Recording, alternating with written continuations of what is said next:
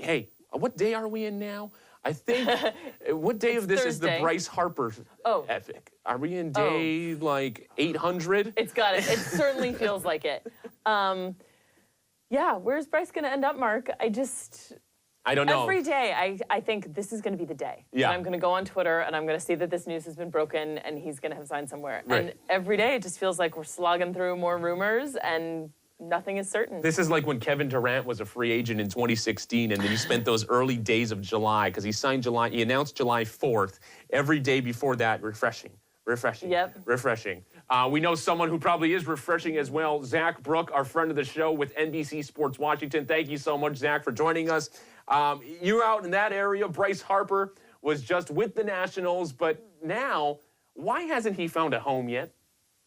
I'm not sure. I think that because the clock's been ticking since October, and he still hasn't decided. I don't think he didn't get the contract that he really wanted, and he's still holding out. But the Nats they're in West Palm Beach down there now, and he's not there. So right now, I think they're just worrying about the guys that they have on the roster that are ready to play. And if he decides to re-sign with the team, fantastic. If he doesn't, they've got a good group of guys, and they'll carry on with them.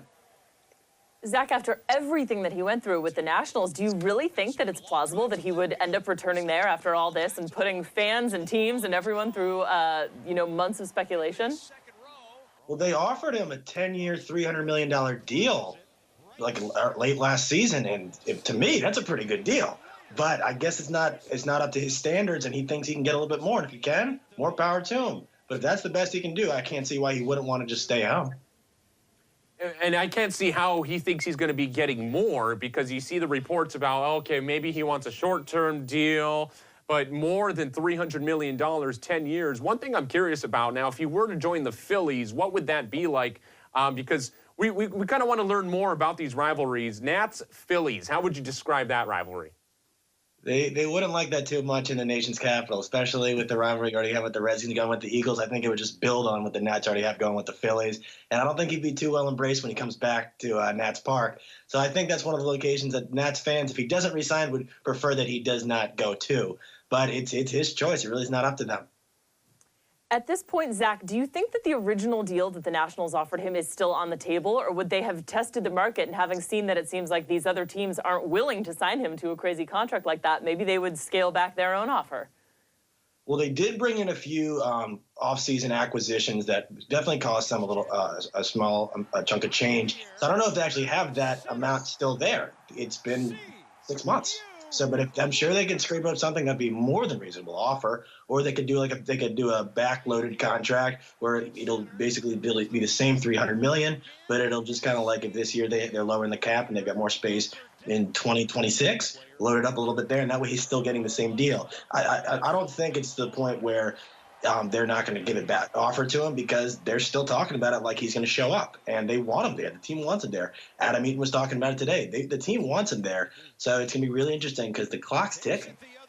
Clock's ticking. He's got to get into camp. One thing that fascinates me about sports is in the NFL, the news never stops. Comes out yesterday. Joe Flacco traded from Baltimore to the Broncos. You love Baltimore sports. You've seen Flacco's handiwork up close. Your initial thoughts on the trade? Well, Flacco actually lives a few neighborhoods over from where I grew up, so it's going to be interesting. That house is now going to be on the market.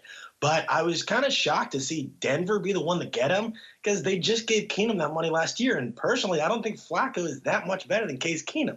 So it's going to be interesting. And now is Keenum going to get cut, or how are they going to figure that out?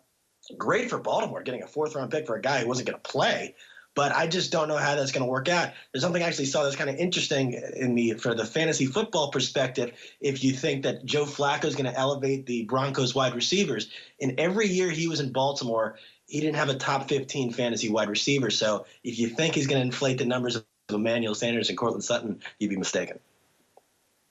Ouch. All right. I'm going to keep that in mind. What a stunning assessment. Joe Flacco. I know he loves the tight ends, and he's also kind of a captain check down. I didn't know it was that bad, Kate. No, I didn't. And he's had some good receivers there in Baltimore over the years. Yeah. Michael Crabtree. Yeah. But I think that begs the question, is Baltimore all in on Lamar Jackson? Do they really believe that he's the future of this team and he's the quarterback they're going to stick with for the foreseeable future? I think basically back in that Chargers game is when they really determined, okay, Lamar Jackson's the guy. Because when he was really playing, he was really struggling, and it got to the point where they were like, the fans were chanting to put Flacco back in, and they would rather ride out with Lamar Jackson and have their season come to an end rather than putting a guy in who wasn't going to be on the team next year. I think they're reinventing the offense just around Jackson. I think they're in the process of getting a backup who would be playing a similar scheme to Jackson that way, so it's not much of a change-up if he has to exit the game for any reason. I think they're all in on him. They love it. They got a young rookie quarterback. Denver, I'm not really sure what's going on. I thought they might be looking at somebody in the draft, but apparently they just want a guy in his mid-30s, and he's on a pretty big contract. So it was a very interesting thing. So one great thing, it says that John Elway still wants to be the best quarterback in Denver. Yeah, he's trying his best. You look at the Brock Osweiler, Paxton Lynch, Trevor Siemian saga, okay? You're talking about a long line of great quarterbacks in Denver. You look at Flacco, you hardly see quarterbacks traded, especially high-profile quarterbacks. But now we're seeing teams in situations where, hey, guy's probably going to be on the move. Who's the next QB do you see dealt as we get into the offseason? I don't know about dealt, but definitely switching teams. You got to look at Tannehill. I don't think he's staying in Miami. Teddy Bridgewater would be crazy to stay in New Orleans because I personally think that Taysom Hill is the next man up, and he'd just be wasting time. He could get a pretty good offer. Keenum's definitely the one that he's going to be traded because I think it would be more cost efficient for them to send him somewhere rather than cut him and have to just take that loss. So those are some of the guys. There's a couple others. None really come to mind off the top of my head, but it's going to be interesting because I know the Redskins need a quarterback and they've got a little bit of cap space left, and they might be trying to buy low on one of these guys that are on their way out of their current situations. While we're on the subject of quarterback, Zach, how realistic do you think it is that the Cardinals would use their number one pick on Kyler Murray so soon after they drafted Josh Rosen last year? I think it'd be crazy because I don't think it's ever happened before that a head coach and the quarterback are the same agent. So I don't know if that's like a conflict of interest, but they just took Rosen last year. They were so high on him coming out of UCLA. And if they were to take Kyler Murray first, I think they'd have to trade down because I don't think he's the top player available. I'd have to go with Bosa. But if they did that, I'm curious what they could possibly get for Josh Rosen because you're not getting a first-round pick for him after what he did last year. And you have to think what teams would want a quarterback that you saw what he did last year based on the current crop of talent that's going to be available to be drafted. So it's going to be one of these teams that has an older quarterback. Maybe look at the Chargers, the Patriots. It would not shock me at all to see them try to go in and grab Josh Rosen, extend Belichick's tenure a little bit more. It's going to be interesting, but I don't think he's going to go number one. And it's going to be really interesting where he gets drafted. And I think that storyline is going to take shape going to the next few weeks, few months. Hold on here. You said Bosa's the top pick? I think so. Wow, look at that, huh? Really? There's not going to be any movement as we're leading up to it, and no concerns about injuries or attitude, perhaps, looking at his brother? None of that? I think he's just one of those next game-changing talents. He's one of the guys, you look at his brother's doing for the Chargers. Look at other top edge rushers that have gone number one. You got Clowney, a couple of years ago, Mario Williams. Those are the kind of guys that if you can snag them, regardless of what pick you have, you take them because those are the guys you need if you really want to win a Super Bowl. And they think he's better than his brother, and his brother's pretty good. So if that's the case, I'm taking him number one regardless of need.